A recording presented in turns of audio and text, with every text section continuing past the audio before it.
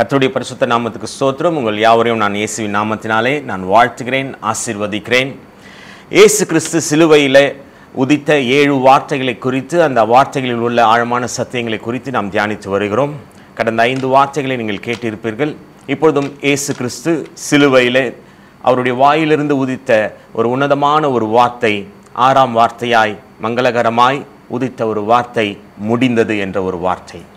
இயேசு யோவான் 19ஆம் அதிகாரத்தின் 30ஆம் வசனத்தில் சொல்லுகிறது, இயேசு காடியை வாங்கின பின்பு முடிந்தது என்று சொல்லி தலையை சாய்த்து ஆவியை ஒப்பு கொடுத்தார்.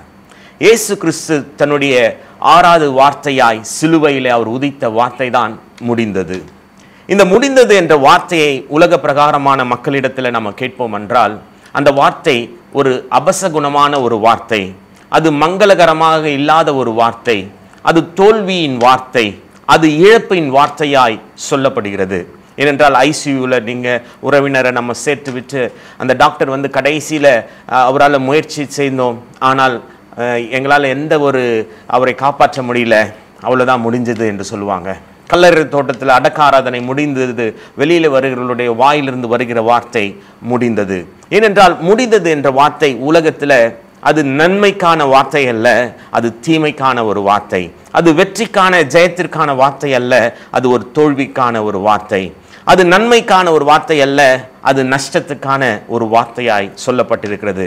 ஆனால் நான் விசுவாசிக்கிறேன், அந்த ஆண்டவராகிய இயேசு கிறிஸ்து அவருடைய வாயிலிருந்து என்ன வார்த்தைகள் உதிக்கிறதோ அவைகள் எல்லாமே அது ஆசீர்வாதத்தின் வார்த்தைகளாய் இருக்கிறது. அது நன்மையின் வார்த்தைகளாய், அது ஜெயத்தின் வார்த்தைகளாய் மாத்திரமல்ல, அது ஜீவனுள்ள வார்த்தைகளாய் இருக்கிறது. அப்போ இயேசு சிலுவையில் அடிக்கப்பட்டு அவருடைய வாழ்க்கையின் கடைசி நிமிடத்தில் அவருடைய வாயிலிருந்து இந்த 6வது வார்த்தையாய் உதித்த வார்த்தை முடிந்தது. எப்படிப்பட்ட சூழ்நிலையில் ஆண்டவருடைய வாயிலிருந்து இந்த வார்த்தை உண்டாகும் என்று பார்ப்போம் என்றால், அவர் தன்னுடைய கடைசி நிமிடத்தில் சிலுவையிலிருந்து அவர் இந்த வார்த்தையை உதிக்கிறார். அவர் 6 மணி நேரம் அவர் சிலுவையில் தன்னுடைய ஜீவன் அடிக்கப்பட்டு, அவருடைய கைகள் எல்லாம் அடிக்கப்பட்டு, கால்கள் எல்லாம் அடிக்கப்பட்டு, அவருடைய அங்கலம் எல்லாம் கிழிக்கப்பட்டு, சரீரத்தில் இரத்த வெள்ளத்தில் அவர் எல்லாவற்றையும் பலன் இழந்தவராய், எல்லாவற்றையும் அவர் இழந்தவராய் கடைசி நிமிடத்தில் இந்த வார்த்தையை சொல்லுகிறார், எல்லாம் முடிந்தது. இப்போது இயேசு உதித்த இந்த வார்த்தை முடிந்தது. எது முடிந்தது என்று நாம் பார்ப்போம் என்றால், முதலாவதாக நாம் பார்ப்போம் என்றால், பிதாவின் சித்தம் நிறைவேறி முடிந்தது. பிதாவின் சித்தம் நிறைவேறி முடிந்தது என்று இயேசு நமக்கு அதை தெரியப்படுத்துகிறார். பிதாவின் சித்தம் என்ன? இந்த உலகத்தை ஆண்டவர் சிருஷ்டிக்கும் பொழுது ஆணும் பெண்ணுமாய் ஆதாம் ஏவாளை அவர் தன்னுடைய சாயலின்படி, தன்னுடைய ரூபத்தின்படி கர்த்தர் தேவன் மனுஷனை சிருஷ்டித்தார். தேவனுடைய சாயலின்படி, தேவனுடைய ரூபம்படி. அப்படி என்றால் தேவனுடைய சாயல், தேவனுடைய ரூபம் எதுவென்றால், தேவனுடைய சாயல் அது பரிசுத்தம், தேவனுடைய சாயல் அது அதிகாரம், தேவனுடைய சாயல் அது மகிமை. தனக்கிருந்த அதிகாரம், தனக்கிருந்த மகிமை, தனக்கிருந்த எல்லாவற்றையும் மனுஷனுக்கு அதே சாயலோடு கூட தேவன் பரிசுத்தமாய் அவர்களை சிருஷ்டிக்கும் போகிறார். ஆனால் ஆதாமும் ஏவாளும் தேவனுடைய சித்தத்தை விட்டு அவர்கள் பிசாசின் வலையில விழுந்து அவர்கள் பாவத்தில் விழுந்து போனார்கள். ஆண்டவர் கொடுத்த பரிசுத்தத்தை இழந்து போனார்கள். கர்த்தர் கொடுத்த மகிமையை, கர்த்தர் கொடுத்த அதிகாரத்தை அவர்கள் இழந்து போனார்கள். உலகம் பாவத்தோடு கூட நிறைந்ததாய் இருந்தது. தேவன் சிருஷ்டித்த ஏதேன் தோட்டத்திலிருந்து ஆதாம் ஏவாளை தேவன் விலக்கி வைக்கிறார். அந்த பரிசுத்த ஸ்தலத்தை விட்டு அவர்களுக்கு பாவமான அந்த உலகத்திற்குள்ளாய் அவர்கள் அனுப்பப்படுகிறார்கள். அப்போ உலகம் முழுவதும் பாவம் நிறைந்ததாக இருந்தது. உலகத்தில் அநேக பாவங்கள் கட்டவிழ்க்கப்பட்டு இருக்கிறது. நோவாவின் காலத்தில் ஒரு கொடூரமான பாவங்கள் உலகத்தில் தலைவிரித்து ஆடிக்கொண்டிருந்த சூழ்நிலையில் ஆண்டவர் நினைக்கிறார், இந்த உலகத்தை நான் சிருஷ்டித்ததை நான் திரும்ப பெற்றுக்கொள்கிறேன், இந்த உலகத்தில் பாவம் நிறைந்த இந்த உலகத்தை நான் அழிப்பேன் என்று சொல்லி ஜலத்தினால ஜனங்களை அழித்தார்கள். மீண்டும் ஒரு சந்ததி உருவாகினது. ஆனாலும் பாவம் நிறைந்த சந்ததியாய், பாவம் தொடர்கிற சந்ததியாய் அந்த சந்ததி இருந்த பொழுது தேவன் நினைத்தார், இந்த பாவங்களுக்கு ஒரு பலி செலுத்தப்பட வேண்டும். அப்பொழுது நியாயப்பிரமாணத்தின்படி ஒவ்வொரு தவறுகளுக்கும், ஒவ்வொரு பாவங்களுக்கும் ஒவ்வொரு மிருகங்கள் பலி செலுத்துவதை பிரமாணத்தில் நம்ம வாசித்து வருகிறோம். ஆடுகள் பலி செலுத்தப்பட்டிருக்கிறது, மாடுகள் பலி செலுத்தப்பட்டிருக்கிறது என்று ஒவ்வொரு பாவத்திற்கு ஈடாக மிருகங்கள் பலி செலுத்தப்பட்டிருக்கிறது. ஆனால் இப்போ உலகம் முழுவதும் பாவம் நிறைந்திருக்கிறது. இந்த பாவத்திற்கு, ஒட்டுமொத்த பாவத்திற்கு ஒரு பாவமில்லாத ஒரு பலி, ஒரு சுத்தமான ஒரு பலி செலுத்தப்பட வேண்டும் என்று பிதாவாகிய தேவன் தன்னுடைய வலது பாரிசத்தில் வீற்றிருந்த, வார்த்தையாய் இருந்த, மாம்சமாய் இயேசு கிறிஸ்துவாய் அவர் பூமிக்கு வருகிறார். இயேசு பூமிக்கு வந்த பொழுது அவர் எதற்காக வந்தார்? இந்த தேசத்தை ஆளும்படியாய், இந்த உலகத்தை ஆளும்படியாய் மாத்திரமல்ல, அவர் இந்த உலகத்தின் பாவத்தை தன் மீது சுமந்து தன்னை பலியாய் செலுத்தி அந்த உலகத்தில் இருக்கிற பாவங்களை நிவர்த்தி செய்ய வேண்டும். எவைகள் எல்லாம் ஆதாம் ஏதேன் தோட்டத்தில் எழுந்து போனானோ அவைகள் எல்லாம் மீண்டும் மனிதனிடத்தில் கொடுக்கும்படியாய் அவர் நமக்காய் இந்த பூமிக்கு அவர் வந்தார். இதுதான் பிதாவின் சித்தம். குமாரனை எதற்காக பிதா அனுப்பினார் என்றால், இந்த உலகத்தில் இருக்கிற எல்லா பாவங்களையும் சுமந்து தீர்க்கும்படியாய், ஒரு பரிசுத்த ஒரு ஆட்டுக்குட்டியாய், ஒரு ஜீவாதார பலியாய் என் குமாரனாகிய இயேசுவை நான் அனுப்புவேன், என் குமாரனை அனுப்புவேன் என்று பலி செலுத்தும்படியாய் இந்த பூமிக்கு இயேசு கடந்து வந்தார். பிதாவின் சித்தத்தை நிறைவேறும்படியாய் அவர் தனக்கு தானே பாவங்களை ஏற்றுக்கொண்டு அவர் சிலுவையில் பலியானார். ஒவ்வொரு கடைசி சொட்டு இரத்தத்தையும் இந்த பாவங்களிலிருந்து இந்த உலகத்தை மீட்கும்படியாய், தேவ பிள்ளை ஜனங்களை மீட்கும்படியாய் அவர் இந்த பூமிக்கு வந்து எல்லா பாடுகளையும், நாம் ஏற்க வேண்டிய எல்லா பாடுகளையும், நாம் ஏற்க வேண்டிய எல்லா அடிகளையும், நாம் ஏற்க வேண்டிய எல்லா அவமானங்களையும், நாம் ஏற்க வேண்டிய எல்லா தீமைகளையும் அவர் தன்னுடைய சரீரத்தில் ஏற்றுக்கொண்டு இந்த பூமியில வந்து தன்னுடைய கடைசி சொட்டு இரத்தத்தையும் சிந்தி இந்த விலையேறப்பெற்ற ஜீவனை சிலுவையில் நமக்காய் கொடுத்து அவர் பலியானார். இதுதான் பிதாவின் சித்தம். பிதாவின் சித்தத்தை இயேசு செய்து அவர் முடித்தார். சிலுவையிலே அவர் ஜீவனை கொடுத்தது பிதாவின் சித்தம் நிறைவேறி முடிந்தது. அப்படி என்றால் எவைகள் எல்லாம் மனிதன் இழந்து போனானோ, கர்த்தர் கொடுத்த அதிகாரம், கர்த்தர் கொடுத்த பரிசுத்தம், கர்த்தர் கொடுத்த மகிமையை ஏதேன் தோட்டத்தில் ஆதாம் பாவத்தில் விழுந்து இழந்து போனானோ அவைகளை மீண்டும் பெற்று அதே ஜனங்களிடத்தில், அதே மக்களிடத்தில் அவர் கொடுக்க வேண்டும் என்று இயேசு நமக்காய் பலியாகி பிதாவின் சித்தம் நிறைவேறி முடித்தார். அதை தான் இயேசு சொல்கிறார், எல்லாம் முடிந்தது. அப்படி என்றால் பிதாவின் சித்தம் நிறைவேறி முடிந்தது. அவர் நமக்காய் பாவமானார். வசனம் சொல்லுகிறது, லூக்கா 19:10, எழுந்து போனதை தேடவும் ரட்சிக்கவுமே மனுஷகுமாரன் வந்திருக்கிறார் என்றார். அப்படி என்றால் மனுஷகுமாரனாகிய இயேசு கிறிஸ்து அவர் பிதாவின் வலது பாரிசத்தில் அவர் வார்த்தையா இருந்தவர் மாம்சமாகி இந்த பூமிக்கு தன்னுடைய பிதாவின் சித்தத்தை நிறைவேற்றும்படியாய் வந்ததற்கு மிகப்பெரிய காரணம் எது என்றால், இழந்து போனவர்களை தேடவும் ரட்சிக்கவுமே மனுஷகுமாரன் வந்திருக்கிறார். எவைகளை இழந்து போனோம்? எவைகளை ஏதேன் தோட்டத்திலே ஆதாம் இழந்து போனான்? தன்னுடைய சாயலின்படி, தன்னுடைய ரூபத்தின்படி சிருஷ்டிக்கப்பட்டவன், தன்னுடைய மகிமை, தான் கொடுத்த அதிகாரம், தான் கொடுத்த பரிசுத்தத்தை ஆதாம் இழந்து போனான், மனுஷன் இழந்து போனான். அதை மீண்டும் பெற்றுக்கொள்ளும்படியாய் இழந்து போனதை தேடி அதை ரட்சித்து மீண்டும் இழந்து போனவன் கைகளிலே கொடுக்கும்படியாய், அப்படி என்றால் நம்மிடத்தில் நாம் இழந்து போன மகிமையை நம்மிடத்தில் கொடுக்கும்படியாய், நாம் இழந்து போன பரிசுத்தத்தை மீண்டும் நம்மிடத்தில் கொடுக்கும்படியாய், இழந்து போன அதிகாரத்தை மீண்டும் நம்முடைய கரத்தில் கொடுக்கும்படியாய் தான் இயேசு கிறிஸ்து இந்த பூமிக்கு வந்தார். அதுதான் பிதாவின் சித்தமாயிருந்தது. அந்த பிதாவின் சித்தத்தை இயேசு சிலுவையிலே அவர் முடித்துவிட்டு அவர் சொல்லுகிறார், என் பிதாவின் சித்தம் நிறைவேறி முடிந்தது. முதலாவதாக பிதாவின் சித்தம் நிறைவேறி முடிந்தது. இரண்டாவதாக நம்முடைய பாவங்கள் முடிந்தது, நம்முடைய சாபங்கள் முடிந்தது, சிலுவையிலே நம்முடைய வியாதிகள் முடிந்தது, சிலுவையிலே நம்முடைய தரித்திரங்கள் முடிந்தது. ஆண்டவர் இயேசு கிறிஸ்து இந்த பூமிக்கு வந்து அவர் சிலுவையில் அடிக்கப்பட்டு தன்னுடைய ஜீவனை கொடுத்து அவர் முடிந்தது என்று சொன்னதுக்கு இரண்டாவது காரணம், பாவத்தில் இருந்த நம்முடைய வாழ்க்கையில் இருந்த பாவங்கள் முடிந்தது. பாவத்தினால மனுஷன் எவைகளை எல்லாமே இழந்து போயிருந்தான். அப்படிப்பட்ட பாவங்கள் நம்ம தொடர்ந்து வாழ்க்கையில் இருக்கும் பொழுது நமக்காய் அடிக்கப்பட்டவர், பாவமில்லாத அந்த சுத்த கண்ணராய் இருந்த இயேசு கிறிஸ்துவின் அந்த பாவமில்லாத அந்த ரத்தம் சிந்தப்பட்டு அந்த பாவமில்லாத ஜீவன் நமக்காய் பலி செலுத்த பொழுது நம்முடைய வாழ்க்கையில் இருந்த பாவங்கள் எல்லாம் முடிந்தது. நம்முடைய வாழ்க்கையில் இருந்த பாவங்கள் எல்லாம் முடிந்தது. ஆகவே பாவங்கள் எல்லாம் முடிஞ்சிடுச்சு, இன்னைக்கு நான் எனக்கு எது வேணா செய்வேன், இன்னைக்கு நான் உலகத்தின் பிரகாரமாய் எல்லா பாவங்களையும் நான் ஏற்றுக்கொள்வேன் என்கிற கள்ள உபதேசத்தை சொல்வதற்காக நான் இதை சொல்லவில்லை. இயேசு நமக்காய் சிலுவையிலே என் பாவங்களை ஏற்றுக்கொண்டு என் பாவங்களை அவர் முடித்து விட்டார். அவர் என் பாவங்களை எல்லாம் ஏற்றுக்கொண்டு என் பாவத்தை முடித்ததுனால நான் பாவம் இல்லாத ஒரு பரிசுத்த வாழ்க்கை வாழ வேண்டும் என்று எனக்குள்ளாய் நான் ஒரு தீர்மானம் எடுக்க வேண்டும். அதை தான் இந்த புனித வெள்ளியில இயேசுவின் சிலுவையின் வார்த்தைகளை குறித்து தியானிக்கும் பொழுது நாம் எடுக்க வேண்டிய ஒரு வைராக்கியம் உள்ள ஒரு தீர்மானம் என்றால், எனக்காய் என்னை பாவத்திலிருந்து மீட்டெடுத்தவர் மீண்டும் அந்த பாவத்திற்குள்ளாய் போகாதபடி தேவன் எனக்கு கொடுத்த பாவமில்லாத பரிசுத்த வாழ்க்கையை நான் காத்து கொள்ள வேண்டும். நான் பரிசுத்த ஜாதியாய் இந்த உலகத்தில் நான் தெரிந்து கொள்ளப்பட்ட நான் இருக்கிறேன். இயேசுவை குறித்து நான் பரிசுத்தராய் இருக்கிறது போல நீங்களும் பரிசுத்தராய் இருக்க வேண்டும் என்று தேவன் சொல்லியிருக்கிறார். அப்படி என்றால் நாம் இருக்கிற இடங்களிலே, வாழ்கிற பகுதியிலே, வேலை ஸ்தலங்களிலே, பிள்ளைகள் படிக்கிற இடங்களிலே, வியாபாரம் செய்கிற இடங்களிலே, ஊழியம் செய்கிற இடங்களிலே தேவனுக்கு சாட்சியான பாவம் இல்லாத பரிசுத்த ஜாதியாய் நாம் வாழ வேண்டியது அவசியம் உள்ளதாக இருக்கிறது. ஏனென்றால் 2000 வருஷத்துக்கு முன்பாய் இயேசு கிறிஸ்து சிலுவையில் அடிக்கப்பட்ட பொழுது நம்முடைய பாவங்கள் முடிந்தது.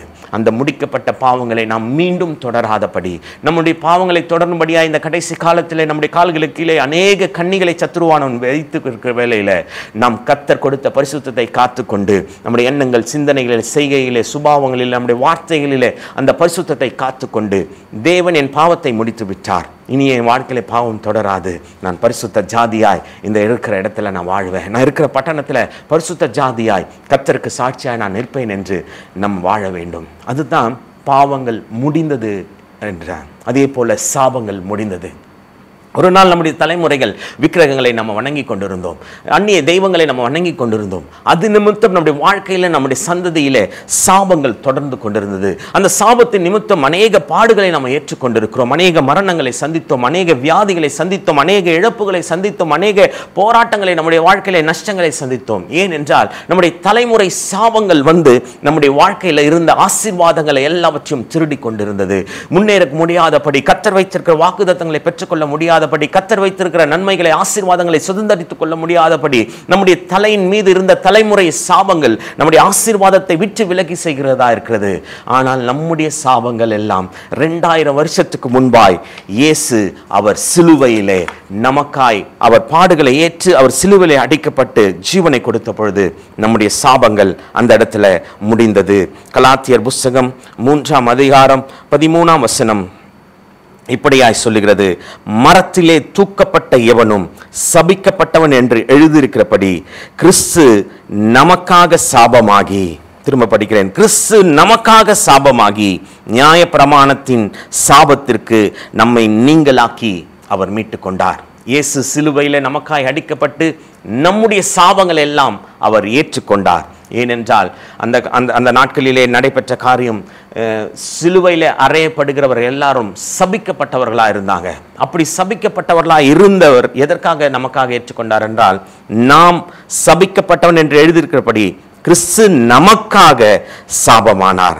நியாய பிரமாணத்தின் சாபத்திற்கு நம்மை நீங்களாக்கி நம்மை மீட்டு கொண்டார். அப்போ முதலாவதாக நம்முடைய பாவங்கள் முடிந்தது, இரண்டாவதாக நம்முடைய சாபங்கள் முடிந்தது, மூன்றாவதாக நம்முடைய வியாதிகள் நம்முடைய வாழ்க்கையிலிருந்து முடிந்தது. இன்னைக்கு நம்முடைய வாழ்க்கையில் சில நாட்களில் நம்முடைய வாழ்க்கையில் என்ன பண்ணுறோம்னா, நம்ம வியாதிகளை சுமந்து கொண்டிருக்கிறோம். பலவீனத்தின் மத்தியில் பலவீனம், குடும்பத்தில் யாரோ ஒருவருக்கு வியாதி நிமித்தம் வியாதியின் படுக்கையில் இருக்கிறாங்க. எல்லா டாக்டரையும் நாங்கள் அணுகிட்டோம், எல்லா ட்ரீட்மெண்ட்டை எடுத்துட்டோம், ஆனால் இந்த வியாதியிலேருந்து ஒரு தீர்வு இல்லை.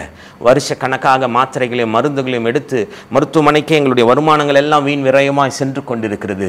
வியாதி என் வாழ்க்கையை, என் குடும்பத்தை தொலைத்து கொண்டிருக்கிறது. வியாதி என்னுடைய குடும்பத்தில் தலைமுறையாக இந்த வியாதியை நாங்கள் சுமந்து கொண்டிருக்கிறோம். ஆனால் இயேசு சிலுவையிலே நமக்காய் ஜீவனை கொடுத்தது எதற்கு என்றால், அவர் எதற்காக எல்லா வேதனைகளையும் அவர் ஏற்றுக்கொண்டார் என்றால், நாம் வேதனை வியாதி இல்லாத ஒரு வாழ்க்கை வாழ வேண்டும் என்று தான் அவர் நமக்காக எல்லா வேதனைகளையும் அவர் ஏற்றுக்கொண்டார். இயேசு நமக்காக 2000 வருஷத்துக்கு முன்பாய் அவர் சொல்லிவிட்டார், உன்னுடைய வாழ்க்கையில் இருக்கிற வியாதிகள் முடிந்தது. ஆனாலும் இன்னைக்கு நம்முடைய வாழ்க்கையில் ஏன் வியாதிகளை நம்ம தொடர்ந்து கொண்டு இருக்கிறோம்? இன்னும் பலவீனங்களில் நம்ம ஏன் சுமந்து கொண்டு இருக்கிறோம்? இன்னும் திரும்ப மருத்துவமனைகளுக்கு ஓடிக்கொண்டிருக்கிறோம் என்றால், இயேசு நமக்காய் சுதந்தரித்து கொடுத்த அந்த வியாதி இல்லாத ஒரு வாழ்க்கையை நாம் இன்னும் விசுவாசிக்கவில்லை, அதை இன்னும் நம்முடைய வாழ்க்கையில சுதந்தரித்துக் கொள்ளவில்லை. ஆண்டவர் சொல்லுகிறார், என் நாமம் யெகோவா ரஃபா, நான் மகத்துவர், நான் பரிகாரியான கர்த்தர், என் தழும்புகளால் நீ சுகமானீர் என்ற வார்த்தையை நாம் விசுவாசிக்க வேண்டும். அது மாத்திரமல்ல, இன்று நான் வியாதி இல்லாத வாழ்க்கை வாழ்வதற்காக தான் 2000 வருடங்களுக்கு முன்பாக இயேசு எனக்காய் சிலுவையில் அடிக்கப்பட்டார், தன்னுடைய ஜீவனை கொடுத்தார் என்கிற விசுவாசம் நமக்குள்ளாய் பரிபூரணமாய் 100% அதை நாம் விசுவாசிக்கும் பொழுது வியாதி இல்லாத ஒரு வாழ்க்கையை நம்ம இன்னைக்கு வாழ முடியும். அதை நம்ம பெற்றுக்கொள்ள முடியும். பலவீனத்தை நம்ம தொடர வேண்டாம், வியாதியை தொடர வேண்டாம். அப்படிப்பட்ட ஒரு வாழ்க்கையை நாம் வாழ வேண்டும் என்று தேவன் விரும்புகிறார். அன்று அவர் பாவங்கள் முடிந்தது, உன் சாபங்கள் முடிந்தது, உன் வியாதிகள் முடிந்தது, கடைசியாய் உன் தரித்திரங்கள் முடிந்தது. இயேசு நமக்காய் சிலுவையில் அறையப்பட்டார். எதற்காக என்றால் வேதம் தெளிவாய் சொல்லுகிறது, அவர் நமக்காய் சிலுவையிலே தரித்திரரானார். ஏன் இயேசு நமக்காய் சிலுவையில் தரித்திரரானார் என்றால், இன்று நாம் தரித்திரம் இல்லாத, பற்றாக்குறை இல்லாமல், கடன் இல்லாத ஒரு வாழ்க்கை வாழ வேண்டும் என்றுதான் இயேசு நம்முடைய வாழ்க்கை குறித்து அவர் வைத்திருக்கிற ஒரு சித்தமாக இருக்கிறது. இன்னைக்கும் பண போராட்டத்தினால நம்ம அவதிப்பட்டு கொண்டிருக்கிறோம். பொருளாதார பிரச்சனைகள் நம்மை நெருக்கி கொண்டிருக்கிறது. கடன் பற்றாக்குறையினால நம்முடைய வாழ்க்கை தத்தளித்து கொண்டிருக்கிறது. வருமானங்கள் எல்லாம் எனக்கு பற்றாமல் போயிருக்கிறது. வரவு எட்டனா செலவு பத்தனாவா என்னுடைய வாழ்க்கை ஒவ்வொரு மாதமும் பற்றாக்குறையோடு கூட இருக்கிறது. என்னுடைய தேவைகள் அதிகமாக இருக்கிறது, என்னுடைய வருமானங்கள் குறைவா இருக்கிறது. இந்த கடன் பாரத்தை அநேக ஆண்டுகளாய் சுமந்து கொண்டிருக்கிறேன். எத்தனை முயற்சி எடுத்தாலும் இந்த கடன்ல இருந்து எனக்கு ஒரு விடுதலை இல்லை. இந்த கடன் நுகம் என் கழுத்தை நெருக்கி கொண்டிருக்கிறது என்று இந்த பொருளாதார பிரச்சனைகளோடு கூட நாம் இன்றும் வாழ்ந்து கொண்டிருக்கிறோம். தேவ பிள்ளைகளே, அப்படிப்பட்டதான பொருளாதார பிரச்சனையோடு கூட, கடனோடு கூட, பற்றாக்குறையோடு கூட இன்னும் ஏன் உங்களுடைய வாழ்க்கையில் நீங்கள் அந்த தரித்திரத்தை நீங்கள் சுமந்து கொண்டிருக்கிறீர்கள் என்றால், இயேசு எனக்காய் தரித்திரரானார், நான் கடன் இல்லாத வாழ்க்கை வாழ வேண்டும் என்று அவர் எனக்காய் தரித்திரத்தை ஏற்றுக்கொண்டார் என்கிற அந்த சத்தியத்தை நாம் முழுமையாய் விசுவாசித்து அந்த சத்தியத்தை நம்முடைய வாழ்க்கையில அப்பிரியாசப்படுத்தும் பொழுது அந்த ஆசீர்வாதம், சிலுவையில் இயேசு நமக்காய் சுதந்திரித்து கொடுத்த அந்த நன்மை நாம் சுதந்திரித்துக் கொள்ள முடியும். இயேசு நம்முடைய வாழ்க்கையில கடன் இல்லாத ஒரு வாழ்க்கை, தரித்திரம் இல்லாத ஒரு பற்றாக்குறை இல்லாத ஒரு வாழ்க்கை வாழ வேண்டும் என்று தான் தேவன் விரும்புகிறார். அதற்காக தான் இயேசு சிலுவையிலே நமக்காய் தரித்திரரானார். அன்று இயேசு சொன்ன 4வது காரியம், உன்னுடைய தரித்திரம், உன்னுடைய கடன், உன்னுடைய பற்றாக்குறை முடிந்தது என்று சொன்னார். இயேசு 6வது வார்த்தையாய் அந்த சிலுவையிலே, யாரும் சுமக்க முடியாத அந்த பாரமான சிலுவையை எருசலேம் வீதியிலே உனக்காய் எனக்காய் சுமந்து அந்த கல்வாரியிலே தன்னுடைய கடைசி சொட்டு இரத்தத்தையும் சிந்தி விலையேற பெற்ற ஜீவனை நமக்காய் கொடுப்பதற்கு முன்பாய் அவருடைய வாயிலிருந்து உதித்த இந்த 6வது வார்த்தை, இந்த வார்த்தை உன்னை பார்த்து சொல்லுகிறது, உன் வாழ்க்கையிலே எல்லாம் முடிந்தது மகனே. இந்த வார்த்தையை கேட்டுக்கொண்டிருக்கிற தேவப்பிள்ளையே, உங்கள் வாழ்க்கையில் இருக்கிற எல்லா பாவங்களும் முடிந்தது. உங்கள் வாழ்க்கையில் இருக்கிற எல்லா சாபங்களும் முடிந்தது. உங்கள் வாழ்க்கையில் இருக்கிற எல்லா கடனும் முடிந்தது. உங்கள் வாழ்க்கையில் இருக்கிற எல்லா வியாதிகளும் முடிந்தது. பிதாவின் சித்தத்தை நிறைவேற்றி முடிப்பதற்காக இயேசு இந்த பூமிக்கு வந்து தன்னைத்தானே தாழ்த்தி, அதாவது கடைசி பரியந்தமும் தன்னைத்தானே தாழ்த்தி தன்னுடைய ஜீவனை கொடுத்தது எதற்கு என்றால், இந்த நாளிலே, இந்த 2025 மாதம், இந்த ஏப்ரல் மாதத்தில், இந்த குட் ஃப்ரைடேவில், இந்த நாளிலிருந்து உன் வாழ்க்கையில நான் சிலுவையில் சுதந்திரித்து கொடுத்த ஆசீர்வாதங்களை நீ அனுபவிக்க வேண்டும். ஒரு கடன் இல்லாத, ஒரு வியாதி இல்லாத, ஒரு சாபம் இல்லாத, ஒரு பாவம் இல்லாத ஒரு வாழ்க்கை நீ வாழ வேண்டும் என்று தேவன் விரும்புகிறார். அதற்காக தான் நமக்காய் யாரும் சுமக்க முடியாத அந்த வேதனைகளை அவர் நமக்காய் ஏற்றுக்கொண்டார். அத்தனை பாடுகள், அத்தனை வேதனைகள், அத்தனை அடிகள், நெருக்கங்களை மத்தியிலும் இயேசு நம்முடைய முகத்திற்காக எல்லாவற்றையும் ஏற்றுக்கொண்டது எதற்கு என்றால், இந்த நாளிலே நீ ஆசீர்வாதமாக தான் இருக்கணும், இந்த நாளிலே நீ சமாதானமாக தான் இருக்கணும், இந்த நாளிலே நீ சந்தோஷமாக தான் இருக்கணும், உன் வாழ்க்கை எப்பொழுதும் செழிப்பாக இருக்க வேண்டும் என்று தேவன் விரும்புகிறவராக இருக்கிறார். அப்படிப்பட்டதான ஆசீர்வாதங்களை கர்த்தர் நம்முடைய வாழ்க்கையில கொடுக்க அவர் உண்மையுள்ளவராக இருக்கிறார். அன்று சிலுவையிலே 6வது வார்த்தையாய் சொன்ன வார்த்தை முடிந்தது. இந்த வார்த்தையை கேட்டுக்கொண்டிருக்கிற தெய்வ பிள்ளைகளே, உங்கள் வாழ்க்கையில் இருக்கிற எல்லா போராட்டங்களும் முடிந்தது என்று கர்த்தர் சொல்லுகிறார். உங்கள் வாழ்க்கையில் இருக்கிற எல்லா பிரச்சனைகளும் முடிந்தது என்று கர்த்தர் சொல்லுகிறார். உங்கள் சரீரத்தில் இருக்கிற எல்லா வியாதிகளும் பலவீனங்களும் முடிந்தது என்று கர்த்தர் சொல்லுகிறார். நீ சுமந்து கொண்டிருக்கிற எல்லா பாரங்களும் உன் வாழ்க்கையிலிருந்து முடிந்தது என்று கர்த்தர் சொல்லுகிறார். அப்படி முடிந்தது என்று கர்த்தருடைய வாயிலிருந்து உதித்த அந்த ஆசீர்வாதமான வார்த்தை, இந்த நாளிலே இந்த வார்த்தையை கேட்டுக்கொண்டிருக்கிற தெய்வ பிள்ளைகளே, உங்கள் வாழ்க்கையில், உங்கள் குடும்பங்களிலே, உங்களுடைய வியாபாரங்களில், உங்கள் ஊழியங்களில், உங்கள் பிள்ளைகள் பிள்ளைகளுடைய வாழ்க்கையில அப்படிப்பட்டதான ஆசீர்வாதங்கள் நிறைவேறட்டும் என்று நான் ஜெபிக்கிறேன். அப்படியே இருக்கிற இடத்துல கண்களை மூடி ஒரு நிமிடம் மட்டும் இந்த வார்த்தைக்காக, இந்த வார்த்தையின் மூலமா எனக்கு கிடைத்த ஆசீர்வாதங்கள் என் குடும்பத்திற்கு வர வேண்டும், என்னுடைய ஊழியத்தில் வர வேண்டும், என்னுடைய வியாபாரத்தில் வர வேண்டும், என்னுடைய பிள்ளைகளுடைய வாழ்க்கையில வர வேண்டும் என்று நீங்கள் விரும்பி கேட்கும் பொழுது கர்த்தர் அப்படிப்பட்டதான ஆசீர்வாதங்களை உங்கள் வாழ்க்கையில கட்டவிழ்க்க இந்த நாளிலும் அவர் ஜீவன் உள்ளவராய், அவர் மரித்தவராய் அல்ல, அவர் ஜீவனோடு கூட சொன்னபடி 3ஆம் நாள் உயிர் தெழுந்தவராய் இன்றும் உங்கள் மத்தியிலே உலாவிக் கொண்டிருக்கிறார். உங்களை ஆசீர்வதிக்கும்படியாய், உங்களை பெருக பண்ணும்படியாய், கொடுத்த வாக்குத்தத்தங்களை உங்கள் வாழ்க்கையில நிறைவேற்றும்படியாய் அவர் உண்மையுள்ளவராக இருக்கிறார். இருக்கிற கண்களை மூடி ஒரு நிமிடம் மட்டும் நாம் ஜெபிக்க போறோம். எங்கள் நல்ல தகப்பனே, உமக்கு நன்றி செலுத்துகிறோம் அப்பா. இந்த இணையதள வழியாக ஆண்டவரே இந்த நாளிலும் இயேசுவின் சிலுவை பாடுகளை குறித்து, இயேசு உதித்த ஆண்டவரே வல்லமையான வார்த்தைகளை தியானிக்கும்படியாய் உம்முடைய பிள்ளைகளை நீ கூடி வர செய்திருக்கிறீர். உமக்கு ஸ்தோத்திரம். இப்போதும் ஆண்டவரே சிலுவையிலே 6வது வார்த்தையாய் நீ சொன்ன ஆண்டவரே அந்த வார்த்தை முடிந்தது. அந்த முடிந்தது என்ற வார்த்தைக்கு பின்பாக இருக்கிற ஆண்டவரே ஆழமான சத்தியத்தையும், ஆண்டவரே மரணத்துக்கு பின்பாக இருக்கிற நித்தியத்தையும் ஆண்டவரே அறிந்த கூட்டமாய் உம்முடைய சமூகத்தில் இந்த முடிந்தது என்ற வார்த்தைக்காய், உம்முடைய வல்லமையுள்ள வார்த்தைக்காய் உமக்கு நன்றி செலுத்துகிறோம். ஆண்டவரே சிதாவின் சித்தத்தை நிறைவேற்றும்படியாய் நீர் வந்த வேலை முடிந்தது என்று நீ சொன்னீரே. ஆண்டவரே எதற்காய் நீர் வந்தீர்? எழுந்து போனதை தேடவும் ரட்சிக்கவுமே நீர் வந்தீர் அப்பா. இதன் தோட்டத்திலே ஆதாம் எவைகள் எல்லாம் எழுந்து போனானோ அதை நாங்கள் மீண்டும் பெற்றுக்கொள்ளும்படியாய் சிலுவையிலே நீர் வந்து எங்களுக்காய் ஜீவனை தந்து அதை மீட்டெடுத்து எங்கள் கரத்தில் நீர் கொடுத்திருப்பதற்காக உமக்கு நன்றி. எழுந்து போன அதிகாரம், எழுந்து போன மகிமை, எழுந்து போன பரிசுத்தை மீண்டும் இயேசுவின் சிலுவை பாடும், இயேசுவின் சிலுவை கல்வாரியின் மரணம் எங்களுக்கு மீட்டு கொடுத்திருப்பதற்காக உமக்கு நன்றி செலுத்துகிறோம் அப்பா. உம்முடைய சிலுவையிலே முடிந்தது என்ற வார்த்தை எங்கள் பாவங்களை முடித்தது, எங்களுடைய சாபங்களை முடித்தது, ஆண்டவரே எங்கள் வியாதிகளை முடித்தது, ஆண்டவரே எங்கள் தரித்திரங்களை முடித்தது என்று விசுவாசிக்கிற பிள்ளைகளாய் உமக்கு நாங்கள் நன்றி செலுத்துகிறோம். உம்முடைய வார்த்தைக்காய் நன்றி. இந்த நாளிலும் இந்த வார்த்தைகளை கேட்டுக்கொண்டிருக்கிற தேவ பிள்ளைகள் ஒவ்வொருடைய வாழ்க்கையிலும், ஒவ்வொரு குடும்பங்களிலும் சிலுவையிலே நீர் உதித்த வார்த்தையின் வல்லமைகள், அதற்குரிய ஆசீர்வாதங்கள், நீர் சுதந்திரித்து வைத்திருக்கிற சொத்துக்கள் அவருடைய வாழ்க்கையில குடும்பங்களிலே நிறைவேறட்டும் என்று நாங்கள் ஜெபிக்கிறோம். இந்த நாளிலும் ஆண்டவரே இந்த வார்த்தையை கேட்டுக்கொண்டிருக்கிற ஒவ்வொரு பிள்ளைகளையும் கர்த்தர் நீர் ஆசீர்வதிப்பீராக, அவருடைய குடும்பங்களை ஆசீர்வதிப்பீராக, அவருடைய ஆண்டவரே வியாபாரங்களை ஆசீர்வதிப்பீராக. இன்னும் பெரிய காரியங்களை ஒவ்வொருடைய வாழ்க்கையிலும் நீர் செய்ய போவதற்காக உமக்கு நன்றி. எல்லா துதி கன மகிமை உமக்கு செலுத்துகிறோம். ஒன்று சேர்ந்து உம்முடைய ஒருவர் நாமத்தை நாங்கள் உயர்த்துகிறோம். இயேசுவின் மூலம் ஜெபிக்கிறோம் எங்கள் ஜீவனுள்ள நல்ல பிதாவே, ஆமென். God bless you. கர்த்தர் உங்களை ஆசீர்வதிப்பாராக.